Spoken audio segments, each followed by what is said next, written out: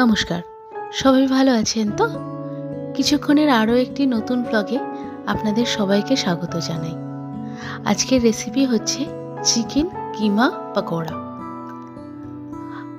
এর জন্য আমি নিয়েছি প্রায় 2 কেজি মতন চিকেন কিমা। এটা আমি দোকান থেকেই করিয়ে নিয়েছিলাম। তার সাথে বেশ খানিকটা রসুন আর আদা, আর বেশ 4-5টা মতন মাঝারি সাইজের পেঁয়াজ। আর ঝালের জন্য আমি কাঁচা লঙ্কা ব্যবহার করেছি, আপনারা চাইলে কিন্তু গুঁড়ো লঙ্কাও ব্যবহার করতে পারেন। আর একটা জিনিস, আমার বাড়িতে আজকে বেশ কয়েকটা জিনিস কম ছিল, যেমন ধনিয়া পাতা, তেল। তো আমি কি করলাম, বিশেষ করে আমার মেয়ের আইডিয়াতেই ও বলল, মা তুমি ব্লিঙ্কিটে অর্ডার করো, দেখবে খুব তাড়াতাড়ি চলে আসবে 10 মিনিটের মধ্যে। বিশ্বাস করুন, 10 মিনিট তো অনেক বেশি, 5 মিনিটের মধ্যেই বাড়িতে চলে এসেছে। আর দেখুন, খুব টাটকা একদম। ধনিয়া পাতাগুলো আমরা বাজারে যেমন কিনি তেমন, বা বলতে গেলে তার থেকেও টাটকা। যাক, ধনিয়া পাতাগুলো ছোট ছোট করে কুচিয়ে নিচ্ছি। আর একটা কথা, আজকে আমি এই রান্নাটা যে বানাচ্ছি, এটা কিন্তু সম্পূর্ণ আমার অফিসের ছেলে মেয়েদের অনুরোধে।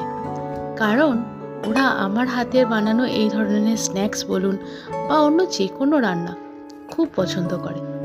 আর তাই সারাদিনের যতই খাটনি হোক, দিনের শেষে এই খাবারটা বানিয়ে ওদের যখন দিই আর ওরা এত আনন্দ করে ওগুলো খায় না, আমার তখন মনে হয় যতই খাটনি হোক, এটা যদি করে দিতে পারি আমার সার্থক।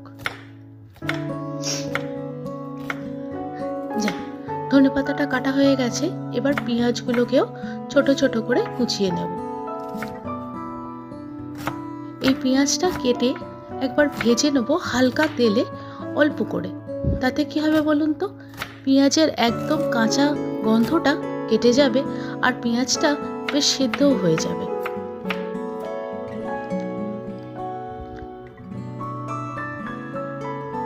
পেঁয়াজগুলো সব কাটা হয়ে গেল, এবার কড়াটা বসিয়ে আর পেঁয়াজগুলোকে হালকা একটু ভেজে নেব।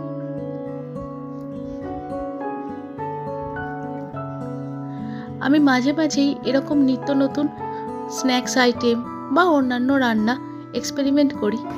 আর সত্যি কথা বলতে, ভালো হয় কি খারাপ হয় আমি জানি না, কিন্তু আমার অফিসের ছেলেমেয়েরা আর তার সাথে হচ্ছে আমার হাজব্যান্ড, এরা প্রত্যেকেই আমার খাবারের ভীষণ প্রশংসা করে। আর আমি বুঝতে পারি ওরা মন থেকে আমার খাবারগুলোকে খুব পছন্দও করে। ওদিকে পেঁয়াজটা ভাজা হোক, ততক্ষণ এখানে এই মিক্সটা করে নিই। এখানে দেখুন, টোটাল যে আদা রসুনটা দেখিয়েছিলাম আর কাঁচা লঙ্কাটা, এই সবটা আমি একসাথে পেস্ট করে নিয়েছি। আপনারাও চাইলে কিন্তু, আগেও বলছিলাম, গুঁড়ো লঙ্কাও ব্যবহার করতে পারেন। তার সাথে দিচ্ছি বেশ খানিকটা ধনিয়া গুঁড়ো। আমি না ধনিয়াটা বাড়িতে কিনে শুকনো একটু নেড়ে নিয়ে সেটাকে গুঁড়ো করে নিই। তার সাথে দিলাম শুকনো গুঁড়ো মশলা, গরম মশলা গুঁড়ো। এই গরম মশলাটা আমি বাড়িতেই বানাই। আর দিচ্ছি পরিমাণ মতো নুন। আমি দিয়েছি 4 চামচ মতন। আপনারা যে যেমন নুন খেতে পছন্দ করেন সেই মতন দিলেই হবে। আর এই দেখুন, পেঁয়াজটা সম্পূর্ণ ভাজা হয়ে গেছে।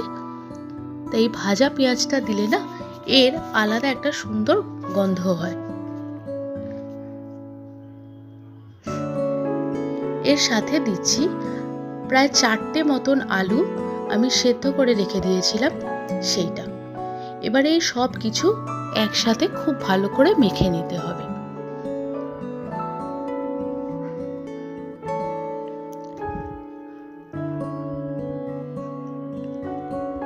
আজ এমনিতেই শরীরটা একটু খারাপ, খানিকটা ঠান্ডা লেগে গেছে। দুপুরে একটা জ্বরের ওষুধ খেয়েছি, এখন শরীরটা বেশ ফিট। কালকেই আসলে এগুলো বানাবো ভেবেছিলাম। আচ্ছা, এখানে আমি দিচ্ছি হাফ বাটি মতন কর্নফ্লাওয়ার। এটা দিলে কি হবে, এই পুরো মিক্সটার মধ্যে জলটা টেনে নেবে আর আপনার এটা বানাতেও একটু সুবিধা হবে। যেটা বলছিলাম, দুপুরে একটা জ্বরের ওষুধ খাওয়ার পর এখন অনেকটা ফিট আছি। কালকেই এটা বানাবো ভেবেছিলাম, কিন্তু কিন্তু কালকে শরীরটা আরও খারাপ ছিল, তাই কাল বানানো যায়নি। ওদিকে মিক্সটা তো হয়ে গেল। এবারে এদিকে দুটো ডিম একটা বাটিতে নিয়ে একটু মেখে নেব, কারণ কোডিংটা বানানোর জন্য আমাদের এটা লাগবে, আর লাগবে বিস্কুট গুঁড়ো। এগুলোকে একটু এরকম চ্যাপটা চ্যাপটা করে একটা শেপ দেবেন। আমি গোল গোল মতন শেপ দিয়েছি, আপনারা চাইলে অন্যরকমও করতে পারেন। তারপর একটু ডিমে এটা চুবিয়ে নিয়ে তারপর বিস্কুট গুঁড়ো একটু উপরে নিচে লাগিয়ে নিলেই হলো, আর কিছুই না।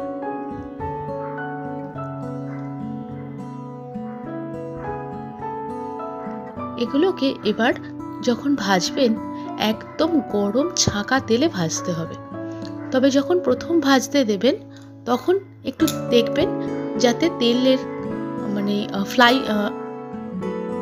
ফ্লেমটা একটু কম থাকে, হাই ফ্লেমে দিয়ে ভাজবেন না। হাই ফ্লেমে দিলে কি হবে, ওপরটা পুড়ে যাবে কিন্তু ভিতরের চিকেনটা খুব ভালোভাবে সেদ্ধ নাও হতে পারে। তাই একটু লো ফ্লেমে দিয়েই প্রথমে ভাজবেন। যখন একদিকটা হয়ে আসবে তখন এভাবে উল্টে দিয়ে আর ফ্লেমটা বাড়িয়ে দেবেন।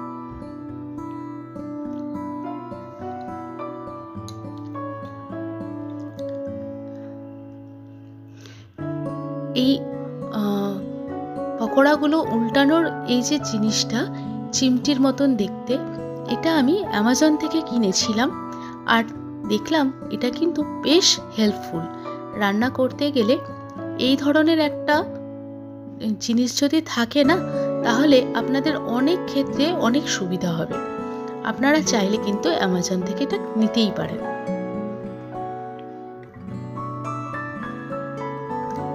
দেখ, পকোড়াগুলো ভাজা হয়ে গেল।